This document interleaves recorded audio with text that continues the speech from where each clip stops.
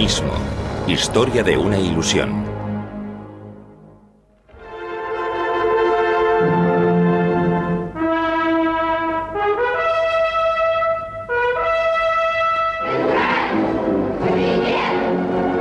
La revolución de Lenin.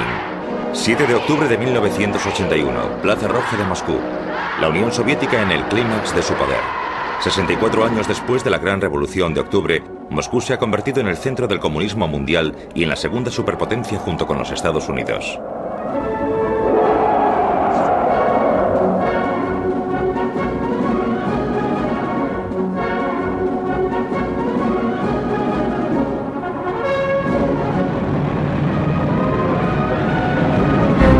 En 1991 los tanques atraviesan una vez más las calles de Moscú. Pero esta vez se dirigen al Parlamento ruso. La facción más dura del partido quiere poner punto y final a la reforma política de Gorbachov. Pero la población de Moscú se revuelve.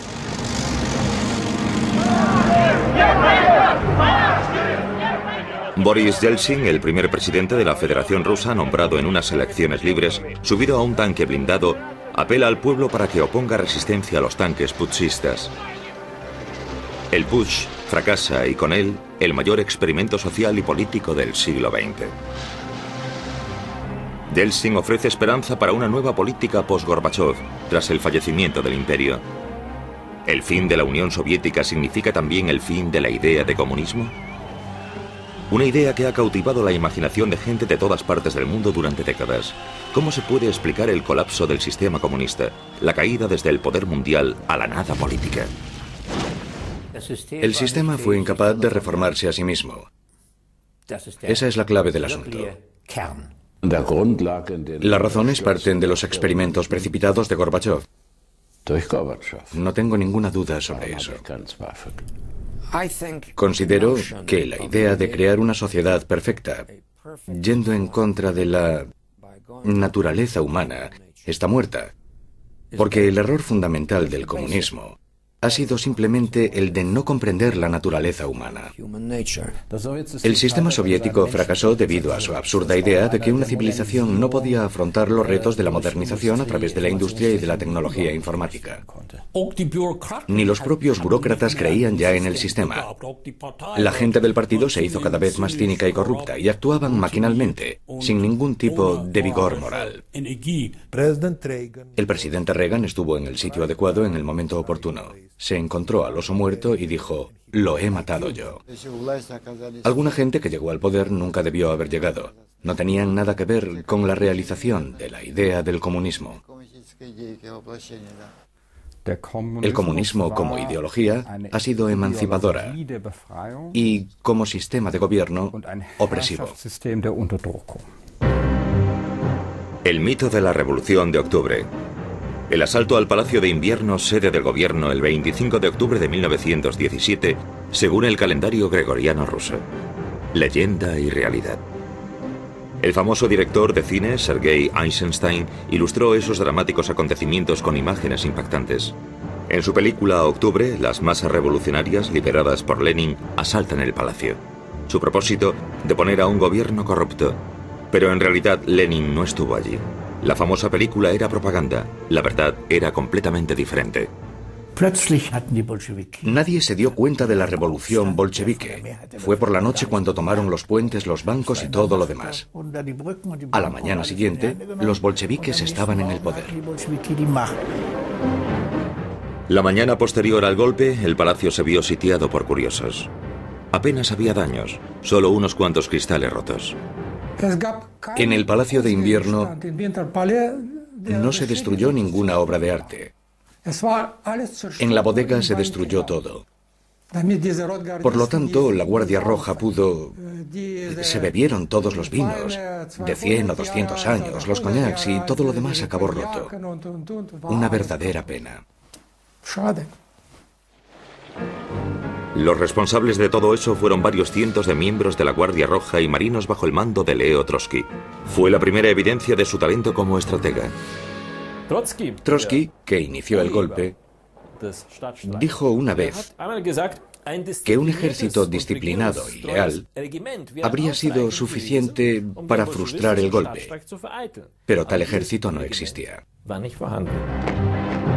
El gran vencedor de la revolución bolchevique es Lenin.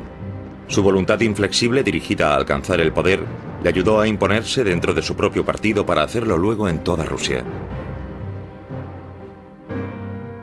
Vladimir Ilich Ulyanov nacía en 1870 en la localidad rural de Simbirsk, hijo de un inspector de enseñanza. Su madre, hija de un aristócrata, es una demócrata ilustrada que transmite sus ideales a sus hijos. Vladimir demuestra talento y una inteligencia extraordinaria como alumno.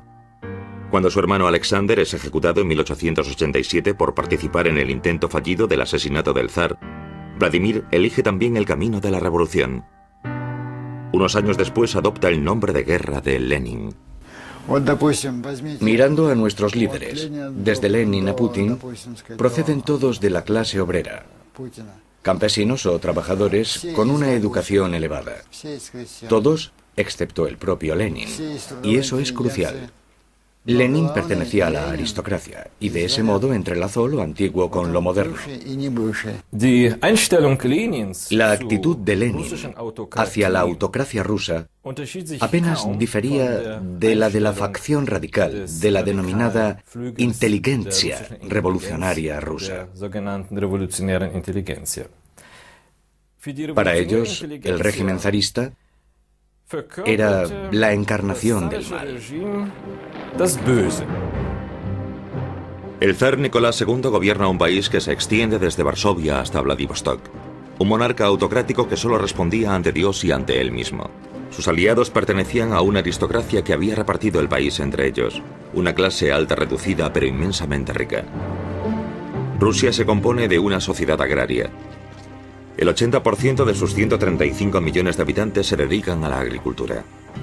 La servidumbre de los campesinos es abolida en 1861, convirtiéndolos en ciudadanos libres, pero siguen sin poseer las tierras. Comparados con los campesinos, eran pocos los trabajadores industriales, 3 millones. Muchos campesinos huyeron de la pobreza del campo a las grandes ciudades. En las pocas fábricas que había en San Petersburgo, Moscú y Minsk, trabajaban por unos sueldos míseros, a menudo durante 18 horas al día. La población vivía en unas condiciones totalmente infrahumanas, alienada, todos hacinados en pequeñas viviendas.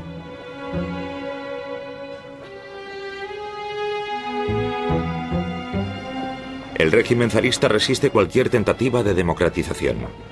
Los partidos políticos fueron ilegales hasta 1905, y sus miembros perseguidos, arrestados y encarcelados.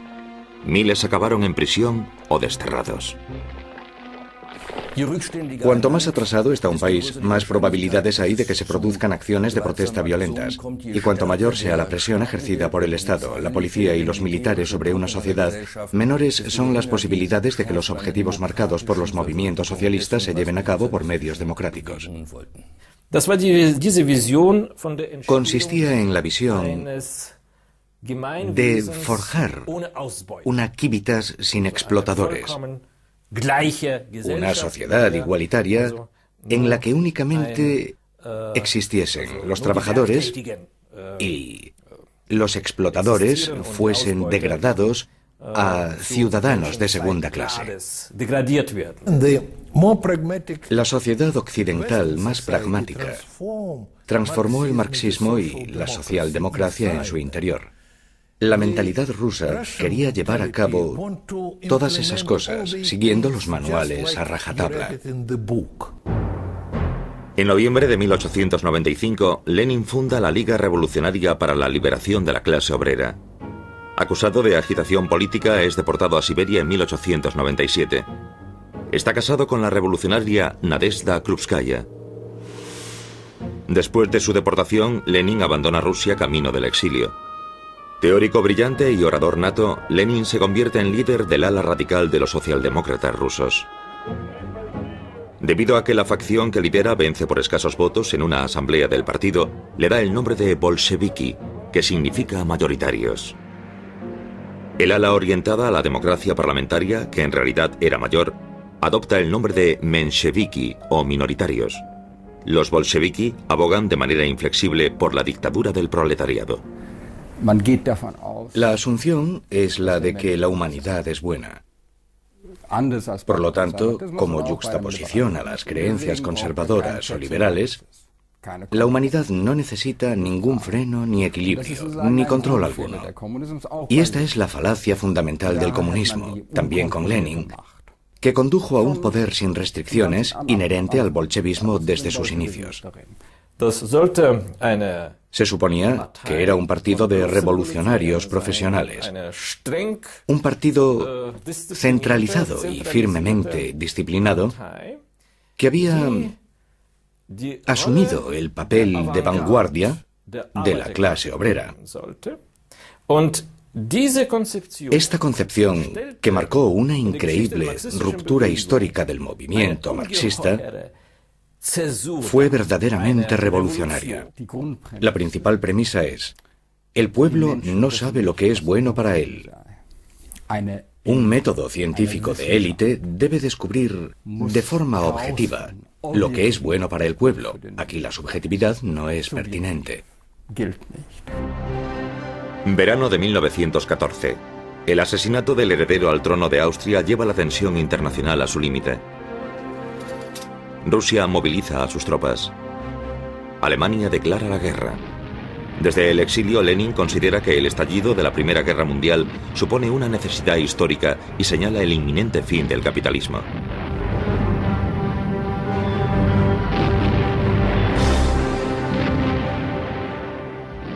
Las privaciones de la guerra intensifican la tensión económica y política en Rusia. La multitud protesta contra el hambre, la guerra, el gobierno y el zar. Nicolás II se ve obligado a abdicar después de la Revolución de Febrero. Se forma un gobierno provisional y consejos de trabajadores y soldados a lo largo de todo el país, los soviets. Las diferencias irreconciliables entre el gobierno parlamentario burgués de Kerensky y los soviets radicales impedían buscar soluciones a problemas urgentes. Mientras la guerra causaba estragos en la mayor parte de Europa, Lenin, exiliado en Zúrich, formulaba su programa radical. Rechazaba una república parlamentaria y en su famosa tesis de abril pide la supresión del gobierno provisional y la asunción del poder por parte de los soviets. La reacción de los camaradas de Lenin en Rusia es poco entusiasta. Uno puede llegar a pensar que el largo exilio de Lenin no le permitía una comprensión acertada de la realidad rusa, que había perdido todo contacto con ella. La solidaridad de todas las fuerzas revolucionarias estaba al orden del día. Es necesario recordar que Lenin irrumpió en la revolución cuando ya se había desencadenado. Él no fue la persona que comenzó realmente la revolución. En esa época él vivía en Suiza, bebía cerveza y discutía sobre economía alemana. Lenin se da cuenta de que debe regresar a Rusia para encabezar el movimiento. Sus objetivos son el armisticio inmediato y una importante reforma de la propiedad. Busca el apoyo de las masas. El gobierno imperial alemán ofrece libertad de paso a Lenin y a otros revolucionarios exiliados. Los exiliados atraviesan Alemania en un vagón de tren sellado. El regreso de Lenin a San Petersburgo debería desestabilizar a Rusia, enemigo de guerra de Alemania. La Revolución Rusa, una oportunidad para el Supremo Comando Militar alemán para finalizar la guerra con éxito en el frente del Este. El eslogan pegadizo de Lenin, "Acabemos con la guerra imperialista ya", y su otro eslogan, "Robad lo que os han robado", incitaba a los campesinos a confiscarle sus propiedades a los terratenientes. Esos eslóganes tuvieron un efecto enorme en el campesinado ruso y en la clase más baja del país. Y Lenin se adaptó al estado de ánimo de las clases rusas inferiores. A su llegada el 16 de abril de 1917, Lenin es recibido con entusiasmo por sus seguidores. Al día siguiente pronuncia un discurso con su programa ante una asamblea del partido bolchevique. La revolución burguesa de febrero debe ir seguida de la revolución socialista. Insiste en esta decisión, una rebelión armada con el objetivo de hacerse con el poder. En mayo de 1917, Leo Trotsky regresa a Rusia. También él, miembro activo del movimiento de la clase obrera de finales del siglo XIX, fue desterrado a Siberia debido a sus actividades clandestinas y vivió durante muchos años en el exilio después de haber escapado. Lenin y él pedían la supresión del gobierno provisional, así como la revolución mundial. Trotsky organiza el asalto al Palacio de Invierno, pone al gobierno provisional bajo arresto y ayuda a Lenin y a los bolcheviques a llegar al poder. Accedió al poder en uno de los países más atrasados del mundo. 140 millones de habitantes, una sociedad agraria, pocos trabajadores en la industria y un porcentaje de analfabetismo del 80%. El país entero estaba en ruinas, destruido a raíz de 3 años de la Primera Guerra Mundial. Y ahora los revolucionarios se enfrentaban a la contradicción de querer construir una nueva sociedad socialista, la contradicción entre luchar por un ideal y la realidad. Inmediatamente después de la victoria de la revolución, el nuevo gobierno, el Consejo de los Comisarios del Pueblo, puso en práctica los planes de Lenin. Para empezar, Lenin ofreció a los alemanes un armisticio inmediato. Bajo el espíritu de la Revolución Mundial, los soldados alemanes y rusos confraternizaron. El otro proyecto de Lenin, la reforma de la propiedad, también se llevó a cabo inmediatamente. Debido a que los soldados campesinos querían volver a casa, se disuelve el ejército. Se expropiaron las grandes propiedades sin ningún tipo de compensación y después de medirlas se entregaron a los campesinos sin tierras. El viejo sueño del campesinado ruso se hizo realidad. Millones de campesinos se convirtieron en propietarios. Por una parte, la doctrina marxista fue muy importante para Lenin. Y la doctrina marxista estipula que esta tierra debe ser nacionalizada. Por otra parte, Lenin poseía un profundo sentido de lo que quería la población agraria, a diferencia de muchos marxistas dogmáticos, incluso pertenecientes al partido bolchevique. Y él sabía que la nacionalización inmediata de la tierra supondría una medida que provocaría el enfado del campesinado y también su rechazo al sistema. Por lo tanto, quiso retrasar esa cuestión durante un tiempo. Lenin era un hombre inteligente. Debía darse cuenta de que Rusia no era un país tan desarrollado industrialmente como Alemania o Inglaterra, ni siquiera como Bélgica o Francia. Rusia era un país agrario con una población relativamente pequeña de trabajadores industriales. No podía construirse una revolución contando solamente con los trabajadores de Moscú y Petrogrado. Y esa fue su contribución a la teoría revolucionaria. Su gran alumno puede que no fuese Stalin, sino Mao. Para los nuevos propietarios, Lenin es un héroe. Creen en un futuro mejor y celebran la revolución socialista. Para el principal teórico de los socialdemócratas alemanes, Karl Kautsky, eso es obstinadamente erróneo. Según Kautsky, lo que Lenin y sus seguidores habían planeado en Rusia y llevado a cabo en 1917 no era una revolución proletaria y tampoco la primera gran revolución socialista, sino la última revolución burguesa. Marx y Engels decían en su manifiesto comunista que el programa comunista se puede resumir en una frase: la abolición de la propiedad privada. Según Karl Marx, la propiedad privada de los medios de producción debe ser nacionalizada. La sociedad burguesa únicamente puede vencerse a través de la dictadura del proletariado.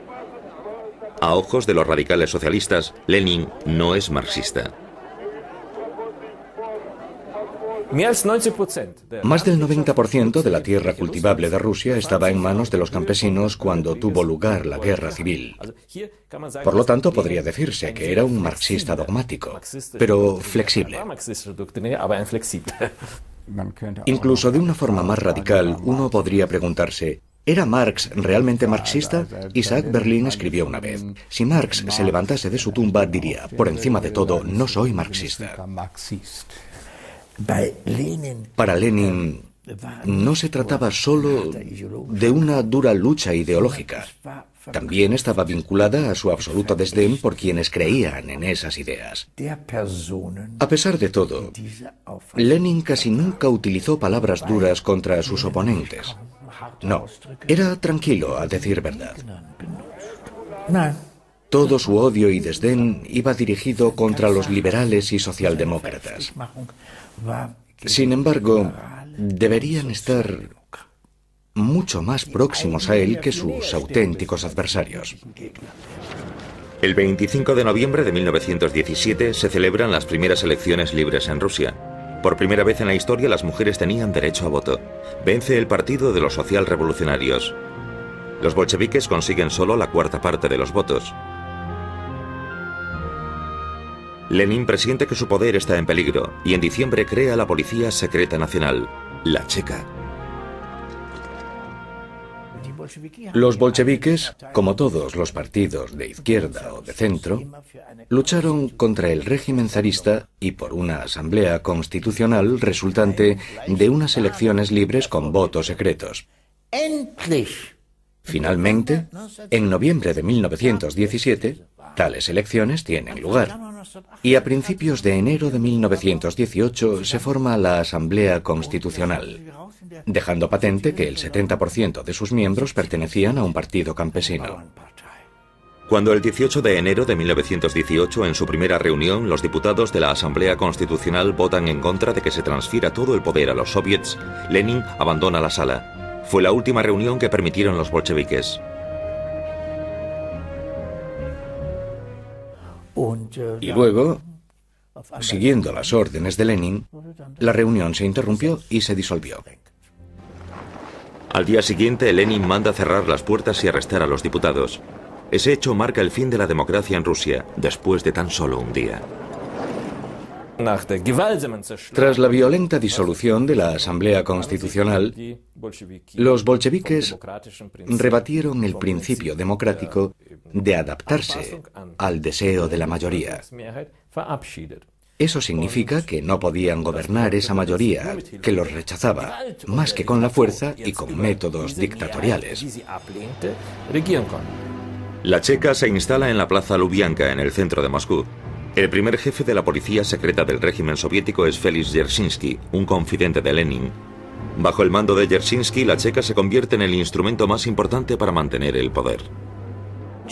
La Checa, la policía secreta, no se enfrentó únicamente a los que se oponían a la revolución, sino principalmente a los mencheviques y socialrevolucionarios, partidarios de la revolución, pero que no eran bolcheviques. Lenin no estaba a favor de acabar con la autoridad. Decía, la democracia socialista es la democracia burguesa sin la burguesía. La cultura socialista es la continuación de la cultura burguesa sin la burguesía, etcétera, etcétera. El Estado socialista es la continuación del Estado burgués sin la burguesía, sin explotación, etcétera, etcétera. Lenin y Dzerzhinsky tenían un enorme aparato de Estado a su disposición para combatir lo que ellos denominaban la irracionalidad de las masas.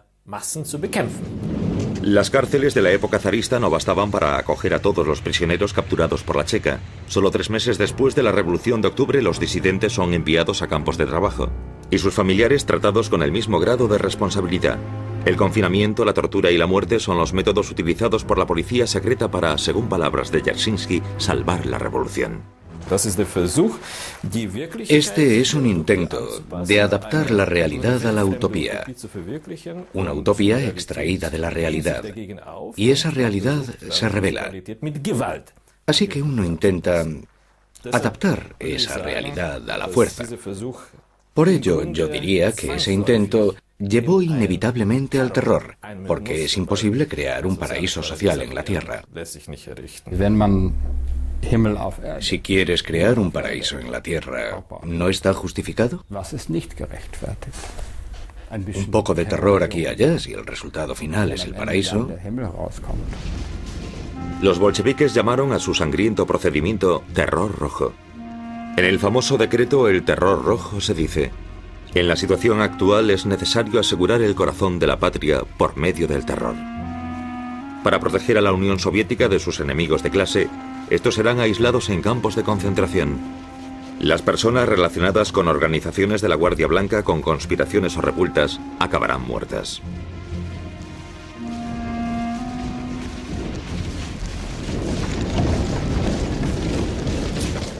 Glorificar este terror rojo y la necesidad de racionalizarlo, creo que eso se corresponde, por una parte, con restos del pensamiento de la Primera Guerra Mundial, y que por otra procede de la idea de que solo mediante la fuerza se puede abrir un camino mejor.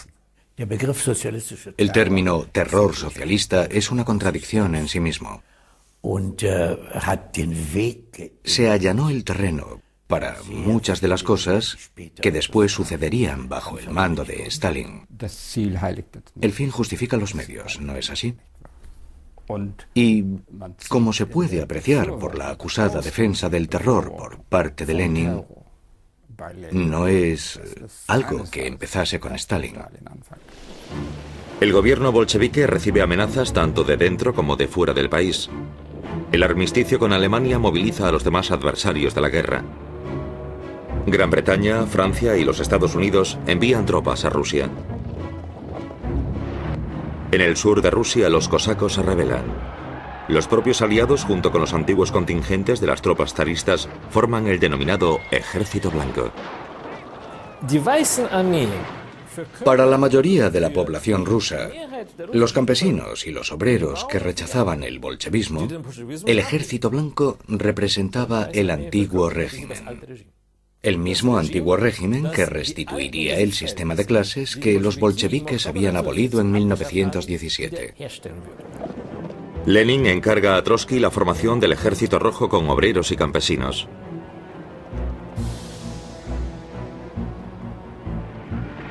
Se desencadena un conflicto sangriento en todo el país. Pueblos reducidos a cenizas, poblaciones masacradas. El gobierno afianza su poder a través del terror. Los prisioneros son asesinados.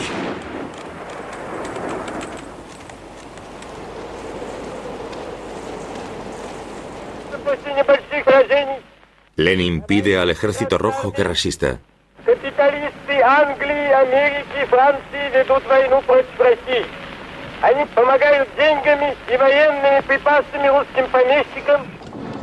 En el verano de 1918 el Ejército Rojo se retira y la revolución está en peligro. Lenin confía en el apoyo de Alemania.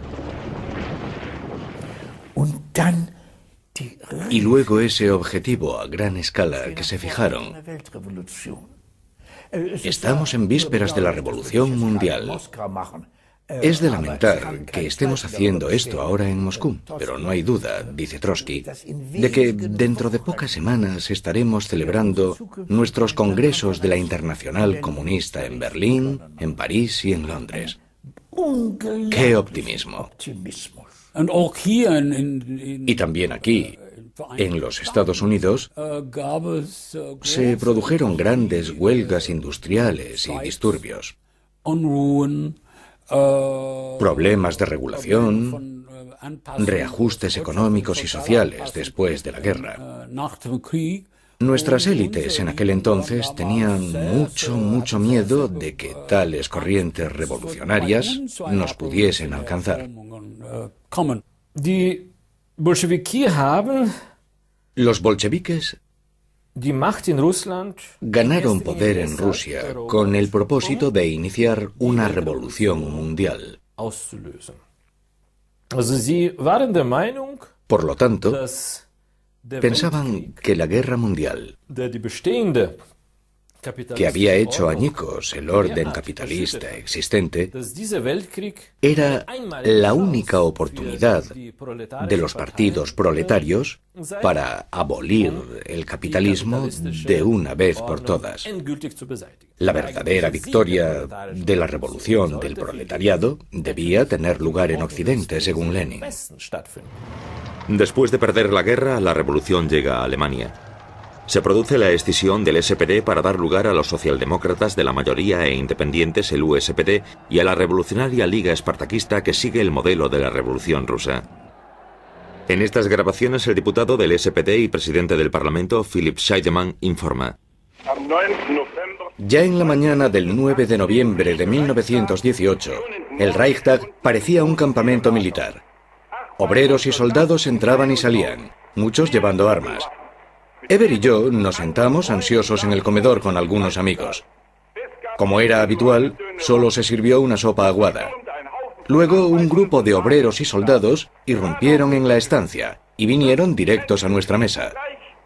50 personas gritando a la vez: Scheidemann, ven con nosotros. Philipp, tienes que salir y hablar.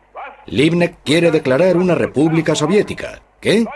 La situación estaba clara para mí. ¿Alemania una provincia de Rusia? ¿Una rama soviética? No y 1000 veces no. Vi la locura soviética ante mí. El reino zarista del terror sustituido por uno bolchevique. No, eso en Alemania no, con todo lo que se estaba sufriendo ya. Para anticiparse a Karl Liebknecht, Philipp Scheidemann declara a Alemania como república democrática. No debe suceder nada que deshonre el movimiento obrero. Manteneos unidos, leales y honrad vuestro deber. La vieja y corrompida monarquía se ha derrumbado. Larga vida a la nueva. Larga vida a la República Alemana. Entre los herederos políticos de Marx y Engels sobreviene una contienda fraternal. Mientras los socialdemócratas de la mayoría de Scheidemann eligen el camino de la democracia parlamentaria, la izquierda radical lucha por el sistema del Consejo Obrero Soviético. Todo el poder para los consejos obreros. Este fue el eslogan de la Liga Espartaquista fundada en 1916 por Karl Liebknecht y Rosa Luxemburgo. Opino que Rosa Luxemburgo era tan, yo diría, demócrata fundamentalista, que tenía que rechazar todo aquello que perjudicase al desarrollo democrático, porque eso conduciría al despotismo. Rosa Luxemburgo fue, en mi opinión, la única figura revolucionaria de Europa que podría rivalizar con Lenin, llegando él incluso a aceptarlo. Nacida y criada en Polonia, Rosa Luxemburgo vive en Berlín desde 1899 y se convierte en la principal representante política de la izquierda alemana. En 1918 cofunda el Partido Comunista. Cada vez dedica más críticas a la izquierda militante, así como a los grandes líderes de la Revolución Rusa. Ella había observado también que Lenin no vacilaba a la hora de enfrentarse a sus oponentes. Sin embargo, debo decirlo, a pesar de la previsión del bolchevismo, si mira sus bases políticas y especialmente su famosa frase sobre que la libertad siempre será la libertad de aquellos que piensan diferente, te das cuenta de que lo que ella pensaba y quería no era tan liberal y pluralista como podría parecer a primera vista. En sus obras figuran curiosos e interesantes pasajes en los que se dice que la mayoría decisiva no siempre tiene por qué ser cuantitativa. Eso es algo relevante. Por lo tanto, Rosa Luxemburgo tenía un profundo sentido de los problemas del poder. Vio el gran peligro que suponía que la acción de la minoría terminase en catástrofe. Pero por otra parte, debido a su aparente fe en la espontaneidad de las masas, ya no fue capaz de contradecir la acción masiva una vez que se produjo. Y así es como justifica ella la revuelta espartaquista, algo que no hubiese querido.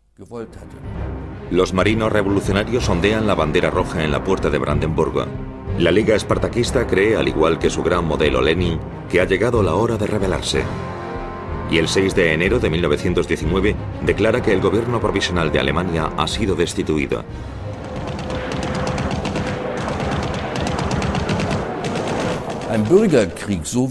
Una guerra civil, como Rosa Luxemburgo la imaginaba, debía declararse en Alemania, y no quedarse limitada únicamente a Alemania, sino movilizar a los aliados.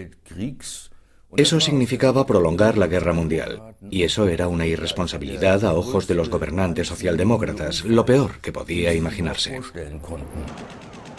Para luchar contra los rebeldes, las tropas del gobierno recibieron el apoyo de los Freikorps, tropas voluntarias formadas a partir de la disolución del ejército imperial.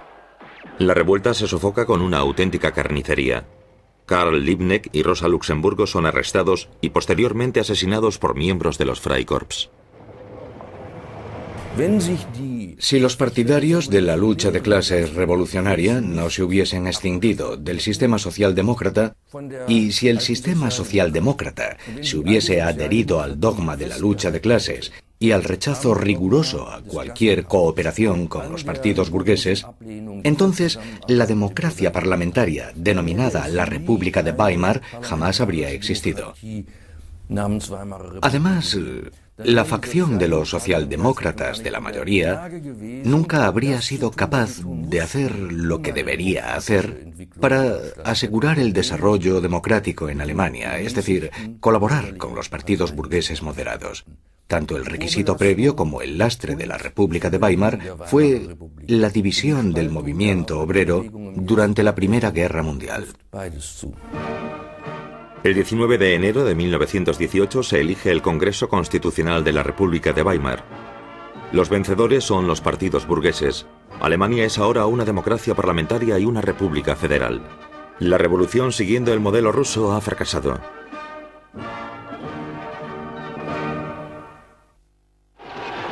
En Rusia continúa la guerra civil, y mientras el pobremente organizado ejército blanco pierde terreno, el ejército rojo avanza.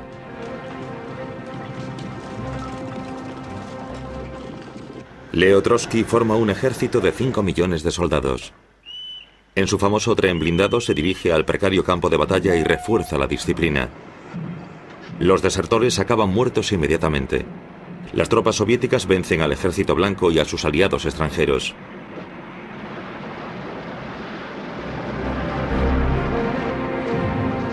El 13 de diciembre de 1919, los aliados deciden retirar su apoyo al ejército blanco. El ejército rojo desfila celebrando la victoria.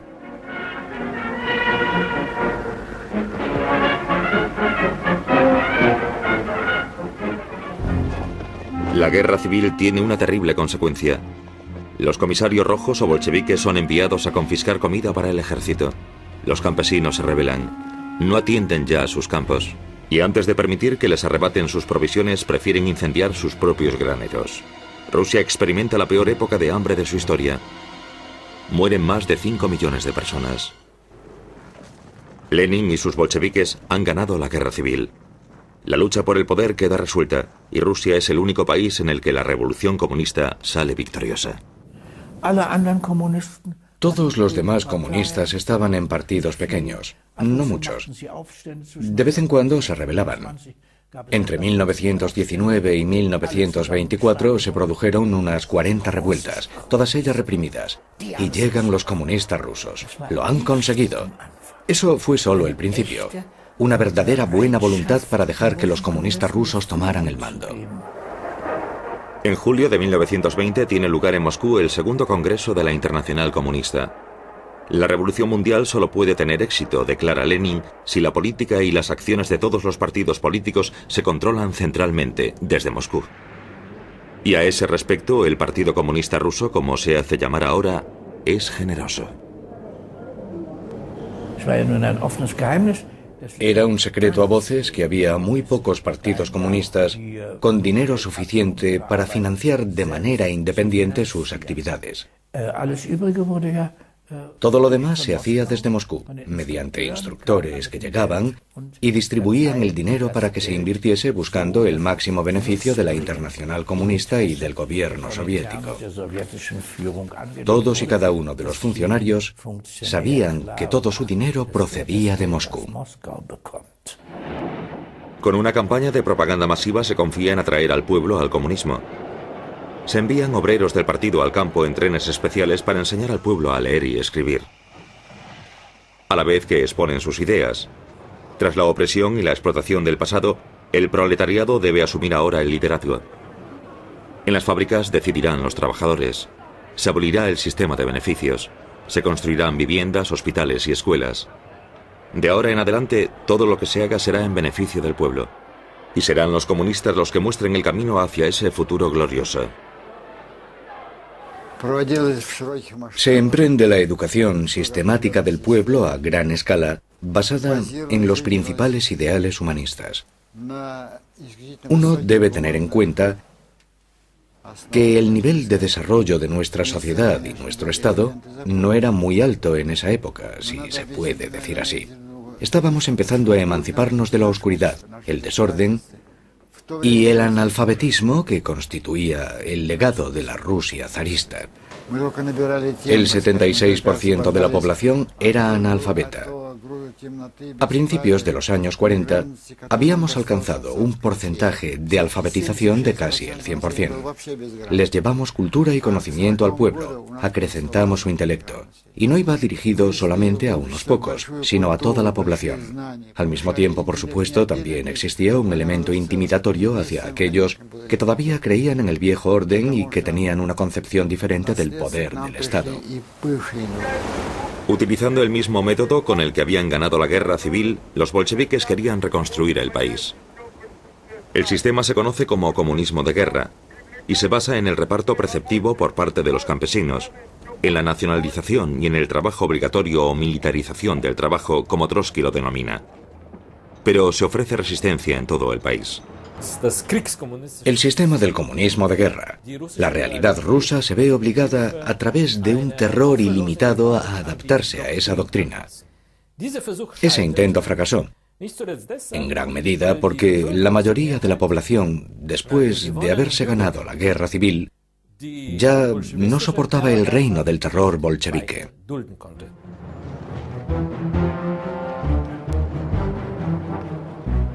En enero de 1921, los trabajadores de Petrogrado inician una huelga. El gobierno responde con ley marcial y se producen arrestos arbitrarios en masa. El 28 de febrero de 1921, 16.000 marinos se unen a los trabajadores en huelga. Apelan al pueblo. Ha llegado el momento de quitar de en medio a los comisarios autócratas. Todo el poder para los soviéticos, ningún poder para el partido. Los huelguistas piden el fin de la opresión, del terror y de las detenciones. Piden que se restituyan las libertades conseguidas en la revolución. También las elecciones con votos secretos, la libertad de expresión y la formación de otros partidos.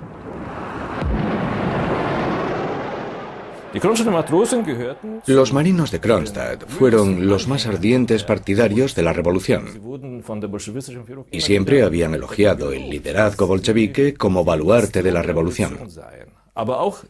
Pero entonces los marinos le dieron la espalda al liderazgo autocrático que había destruido los impulsos y las estructuras democráticas. Siguiendo órdenes de Lenin, el Ejército Rojo avanza a través del hielo del mar Báltico para atacar el 7 de marzo. Tras 11 días de duros enfrentamientos, la insurrección de los marinos es brutalmente aplastada. La aniquilación de la rebelión de los marinos de Kronstadt reveló la verdadera naturaleza del régimen bolchevique, ya que los marinos de Kronstadt lucharon contra la dictadura bolchevique en nombre de la democracia soviética. La primera pérdida de inocencia, el primer pecado mortal político, fue sin lugar a dudas el aplastamiento de la rebelión de Kronstadt, porque estaban persiguiendo a los suyos, a los soldados jóvenes que habían respaldado la revolución, pero que ya no resultaban convenientes por la razón que fuese. Si uno es capaz de eso, entonces es que es capaz de otras cosas, como se hizo evidente más tarde. Trotsky observa el desfile que celebra la victoria sobre los marinos de Kronstadt. Muchos consiguieron huir a Finlandia, pero los que cayeron en manos bolcheviques se convirtieron en víctimas de una venganza despiadada. En los primeros juicios públicos de la reciente República Soviética, miles de ellos fueron condenados a muerte o a largos periodos de cárcel. El intento de introducir el comunismo de golpe había fracasado. El fracaso a hacer frente a las necesidades básicas de la población, el hambre extendiéndose por todo el país y el alzamiento de Kronstadt eran claros signos de crisis. Lenin necesita cambiar el rumbo. Al igual que su redistribución de la tierra en 1917 violaba los principios marxistas, ahora Lenin está a punto de realizar un giro económico con evidentes fundamentos capitalistas. Él creía en la teoría puramente científica de Karl Marx, que en realidad era una utopía. Pero eso solo fue hasta 1921. En 1921, Lenin invierte la política soviética, vuelve a permitir la nueva política económica, la propiedad privada. y pide a los ciudadanos que lo secunden, encontrándose con una gran oposición entre sus seguidores, Trotsky, Stalin y muchos más. Fundamentalmente se legitimó la idea del mercado libre y de la propiedad privada. Ambas cosas suponían la bestia negra de los marxistas ortodoxos. Por este motivo, muchos funcionarios e idealistas bolcheviques consideraron que la nueva política económica era un revés tremendo. Lenin intenta salvar la economía del país en el 10º Congreso del partido. Su nueva política económica, NEP de forma abreviada, es extremadamente controvertida. Incluso sus aliados más próximos recibieron su política con burlas mordaces. Tras un acalorado debate, Lenin alcanza, a pesar de la oposición, una resolución gubernamental. Dentro del partido no se tolerarían facciones diferentes. Oposición significa expulsión. La dictadura comienza ahora dentro del mismo Partido Comunista.